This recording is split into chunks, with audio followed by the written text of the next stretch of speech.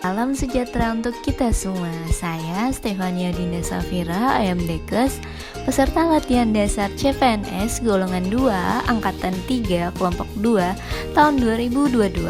Saya juga merupakan sanitarian di Rumah Sakit Umum Daerah Kaur yang merupakan rumah sakit tipe C. Smart ASN adalah pegawai dengan kompetensi kinerja dan profesionalisme yang tinggi sehingga mampu beradaptasi dan semakin responsif terhadap perubahan dan pencapaian kegiatan organisasi. Nilai-nilai Smart ASN ialah integritas, nasionalisme, profesionalisme, berwawasan global, menguasai IT dan bahasa asing, berjiwa hospitality, entrepreneurship, memiliki jaringan luas. Hal tersebut menjadi modal untuk saya dalam mendukung Smart ASN 2022. Rumah Sakit Umum Daerah Kaur diresmikan dan mulai berfungsi pada tanggal 2 Februari 2007 dan sekarang telah berusia 15 tahun. RSUD Kaur merupakan satu-satunya rumah sakit yang ada di Kaur dengan tipe kelas C dengan direktur sekarang yaitu Dr. Lepi Agung Wahyudi. Menjadikan rumah sakit sebagai sarana pelayanan yang bersih, energik, berkualitas, dan profesional merupakan visi dari Rumah Sakit Umum Daerah Kaur.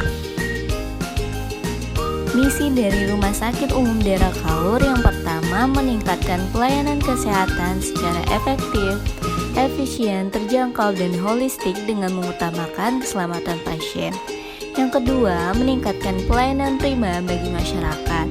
Yang ketiga, meningkatkan kualitas sumber daya dan kinerja aparatur pemerintahan untuk mencapai kesejahteraan masyarakat yang berkualitas. Yang keempat, mewujudkan pengelolaan keuangan yang efisien, transparan, dan akuntabel. Dan yang kelima, menjalin hubungan kerjasama lintas sektor dan kemitraan.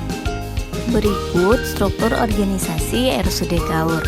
RSUD Kaur dikomandoi oleh direktur yaitu Dr. Lepi Agung Wahyudi dan 4 kepala bidang lainnya. Tugas sanitarian: melakukan pengecekan di setiap ruangan apakah masih terdapat alat kesehatan yang bermerkuri seperti tensimeter merkuri ataupun termometer merkuri.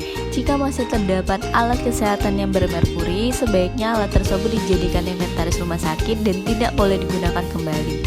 Selanjutnya, pengecekan IPAL yang dilakukan setiap hari. Pengecekan yang dilakukan adalah mengecek debit, masuk dan keluar IPAL, kemudian mengecek output yaitu pH dan suhu, kemudian melakukan sirkulasi IPAL, dan melakukan penanaman bakteri pada IPAL.